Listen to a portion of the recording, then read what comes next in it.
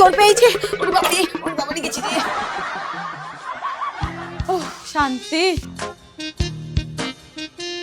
ওরে গেছি রে। শান্তি।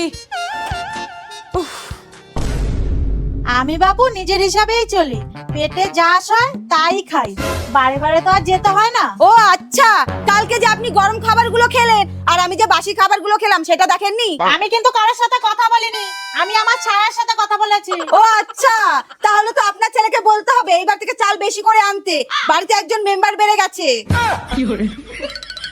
কি রে দিদি, বিস্কুটের কৌটোটা ফাঁকা কেন? সেটা তোর দেওরকে গিয়ে জিজ্ঞাসা কর, সপ্তাহখানেক হলো বাড়িতে কোনো এক্সট্রা খাবার আনে না, আমাকে বাসি খাবারগুলো খেতে হচ্ছে। কেন, আগে তো কত কিছু আনতো। এখন হয়তো জিনিসের দাম বেড়ে গেছে তাই আনে না। দাঁড়া আমি জিজ্ঞাসা করি। ভাই ভাই, কি বলো? তুমি আগে রুটি বিস্কুট চিপসের প্যাকেট কত কিছু আনতা, হঠাৎ আনা বন্ধ করে দিলা কেন? কি আর করব, মদনের দোকানে সিসিটিভি ক্যামেরা লাগিয়ে দিয়েছে তো।